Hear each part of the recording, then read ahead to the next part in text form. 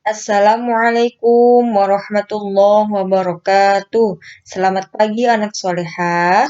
Bagaimana kabarnya hari ini? Tetap semangat ya nak, meskipun belajar di rumah. Baik, sebelum kita memulai pelajaran hari ini, kita berdoa terlebih dahulu ya. Semoga nanti yang kita pelajari bersama bisa bermanfaat. Bersama-sama membaca basmalah. Bismillahirrahmanirrahim. Sebelum pembelajaran dimulai, Ibu selalu mengingatkan, meskipun kita berada di rumah masing-masing, untuk selalu tetap menerapkan protokol kesehatan, yaitu memakai masker apabila berpergian. Yang kedua, selalu membawa hand sanitizer ataupun cuci tangan. Dan yang ketiga, selalu menjaga jarak. Baik, kemarin kita sudah mempelajari tentang beriman kepada Nabi dan Rasul. Nah, ada yang masih ingat tidak? Ada berapa ya jumlah Nabi yang wajib kita ketahui? Tepat sekali, yaitu berjumlah 25 Nabi. Hari ini kita akan belajar tentang Rasul Ulul Azmi. Rasul Ulul Azmi yaitu gelar yang diberikan kepada Rasul yang memiliki keistimewaan karena ketabahan dan kesabarannya yang luar biasa dalam mensyiarkan agama. Rasul Ulul Azmi yaitu berjumlah 5 beserta mukjizatnya. Mukjizat adalah kemampuan yang luar biasa yang diberikan Allah Subhanahu wa taala untuk nabi dan rasulnya. Nah, Ulul Azmi yang pertama yaitu Nabi Nuh. Nabi Nuh mendapatkan mukjizat yakni membuat perahu besar. Perintah membuat perahu besar itu dari Allah Subhanahu wa taala. Perahu Nabi Nuh dapat dinaiki makhluk yang beriman dan menyelamatkannya dari banjir. Yang kedua yaitu Nabi Ibrahim. Mukjizat Nabi Ibrahim yaitu tidak hangus terbakar api. Saat itu Nabi Ibrahim dilemparkan ke dalam kobaran api oleh Raja Namrud. Namun panas api itu menjadi dingin dengan izin Allah Subhanahu wa taala.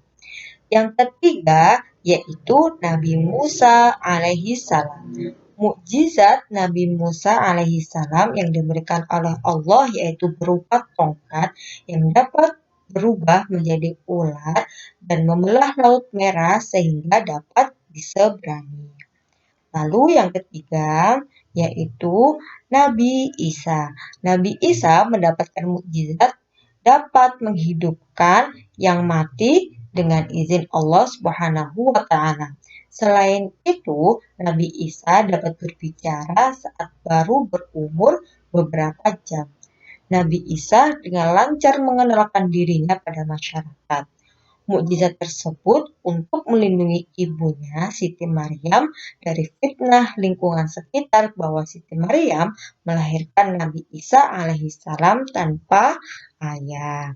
Dan yang terakhir ulul azmi yang kelima yaitu Nabi Muhammad Shallallahu Alaihi Wasallam.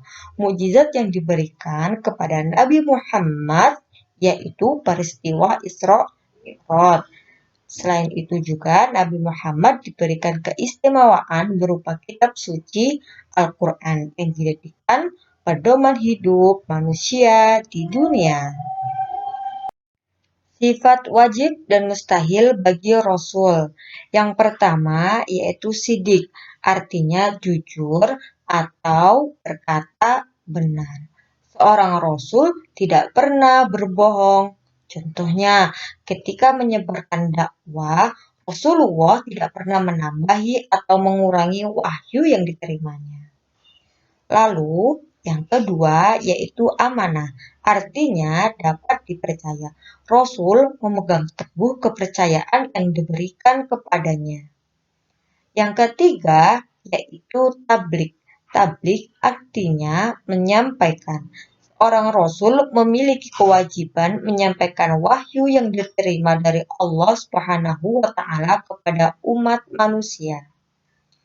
Dan yang keempat yaitu fatona yang artinya cerdas, pandai, dan bijaksana. Seorang nabi dan rasul memiliki kecerdasan dan kekuatan berpikir yang tinggi agar dapat memberikan keterangan-keterangan dengan pandai dan bijaksana, sehingga manusia dapat mengerti dan memahami apa yang diajarkan.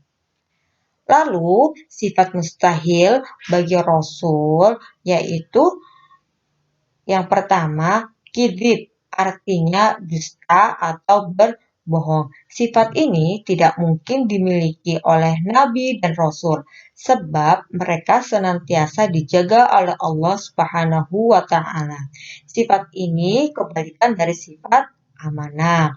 Yang kedua, yaitu khianat, artinya tidak dapat dipercaya. Mustahil bagi nabi dan juga rasul mempunyai sifat khianat sebab mereka adalah utusan Allah Subhanahu wa taala yang senantiasa terjaga sebagai penyampai wahyu Allah kepada umatnya. Yang ketiga yaitu kitman, artinya menyembunyikan wahyu.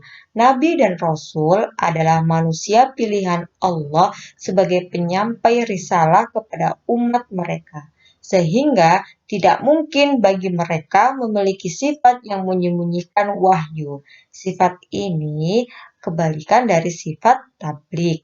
Dan yang terakhir, yang keempat, yaitu baladah, artinya bodoh.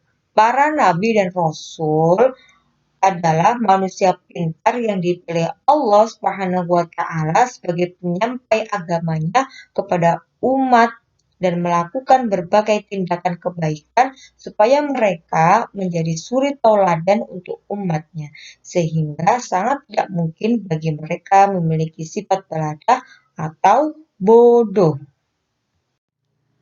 Para nabi dan rasul Allah Subhanahu wa taala juga memiliki satu sifat yang dinamakan dengan sifat jaiz. Sifat jaiz bagi para nabi dan rasul terdapat satu, yakni ar-ra'du basyariyah, yang memiliki arti bahwa mereka juga memiliki sifat seperti manusia pada umumnya, yakni makan, minum, sakit, mengantuk, tidur, dan lain sebagainya.